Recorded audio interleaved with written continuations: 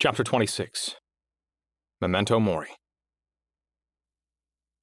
After gathering ingredients, Marcus paused to pour them both Moscato white wine from his family's collection.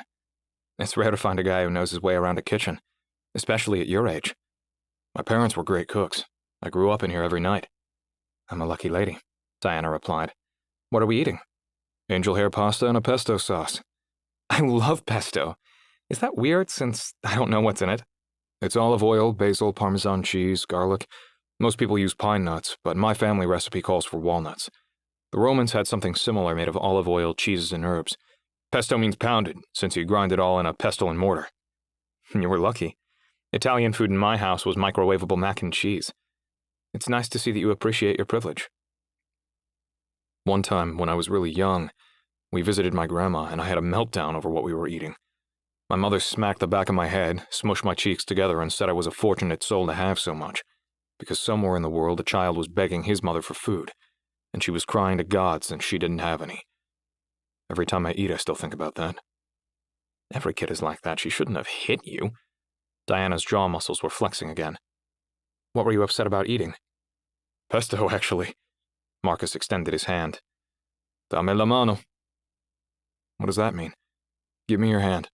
Marcus led her to a sheepskin rug in the living room. I'll build a fire for us, then finish cooking. This feels amazing, Diana said as she ran her fingers through the rug.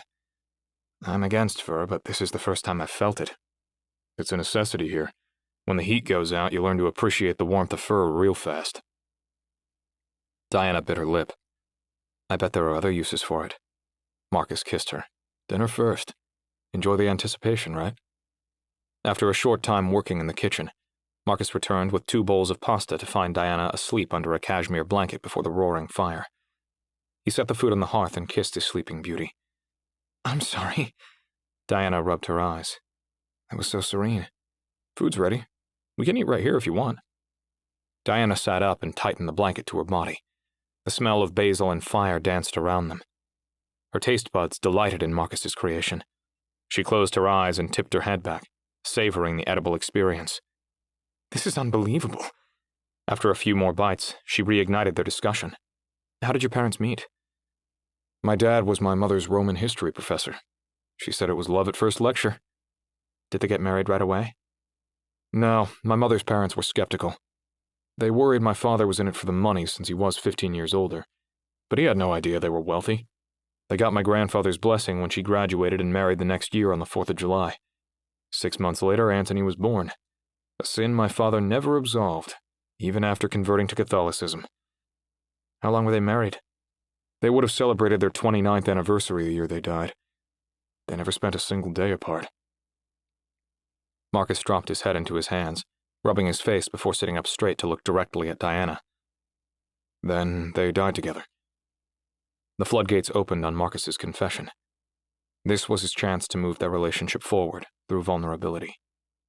Every year, we'd travel as a family.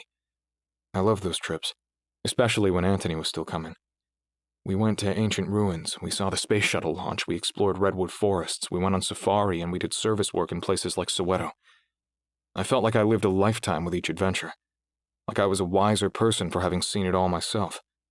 Then Anthony got busy with school and work and stopped coming. I was 9 the year they died. We were supposed to visit Greece without Anthony during spring break. I wanted to stay home to be close to Jordan.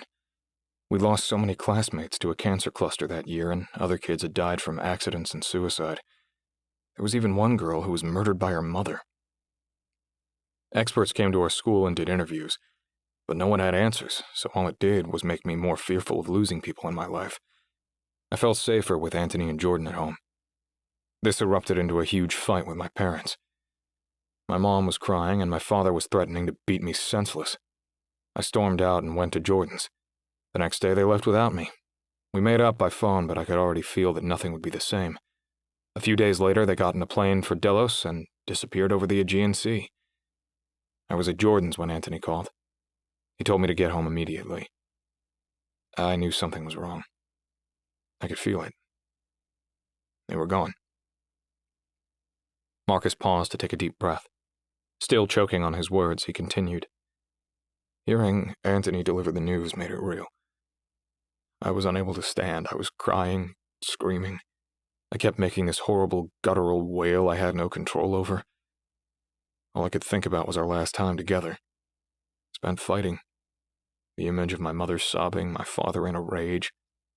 When I'd sleep, that's all I'd see. I convinced myself that if I'd been with them, it would have ended differently. We would have slept in and missed a taxi, or I would have needed to find a bathroom and delayed us. Any small change would have put us on a different path to a different plane. That if I'd wanted to be with them more, they'd still be alive. Marcus looked up at Diana. Her eyes were overflowing. As she moved closer, he couldn't hold back his own tears. No one knew where the plane crashed. For months, we waited, hoping they'd be found alive with a miracle story. We never got to say goodbye. There was so much hysteria that year because of the Mayan calendar. When Doomsday didn't happen, everyone was relieved. I wasn't. I'd been hoping for it. An apocalyptic prophecy for nothing. It was like the universe made that moment to mock me. Only my world ended that year. My entire life, people had told me how lucky I was, but at that point I couldn't see it anymore. I felt defeated. Marcus stood, drying his eyes, and led Diana onto the covered second-story porch to cuddle in a hammock overlooking the valley. Despite the rain's ferocity, the wind chimes continued singing their soft song. The sky was prematurely darkened, the result of an eclipse taking place beyond their view on the other side of Mount Timpanogos, as Marcus continued spilling his soul. My anxiety hit critical levels after their deaths. I burned through therapists. I was fearful and hateful all the time. Anthony tried his best, but nothing changed until I met Garrett. He must be an important person, Diana whispered. After Anthony and Jordan, he's the most important man I know. Maybe it's because he'd been a colleague of my father's, or because I'd grown up seeing him at Christmas Mass and Easter Vigil. But he was able to break through like no one else could. How so? He taught me about Stoicism, and gave me a daily affirmation ritual. It helped turn things around for me. Do you still do the affirmation? Religiously, it makes or breaks my entire day. Marcus retrieved his Memento Mori coin. Diana inspected it closely but couldn't decipher its meaning. Why is there a skull? And what are these other things to the sides of it? They represent the three essentials of existence: life, death, and time. Those other symbols are an hourglass and a tulip. The coin is a physical reminder of my mortality, so I can face life with clarity of purpose and not from a place of fear. Garrett said my dad gave him this coin decades ago when they first met, and he'd carried it for years without knowing it was meant for me. Now I carry it every day, everywhere I go. What's your favorite memory of your parents? For my dad, it's paintballing here in the woods, Marcus said with nostalgic elation. There are old sheds down by the river from the Mormon settler days. He got paintball kits for everyone, including Jordan, and showed us how to work as a squad by maneuvering between cover so we'd be unstoppable in a firefight. Was he in the military? No, he just came from a long family tradition of being the first line of defense. He wasn't Adams, after all. Is that supposed to mean something? You said it earlier, might makes right.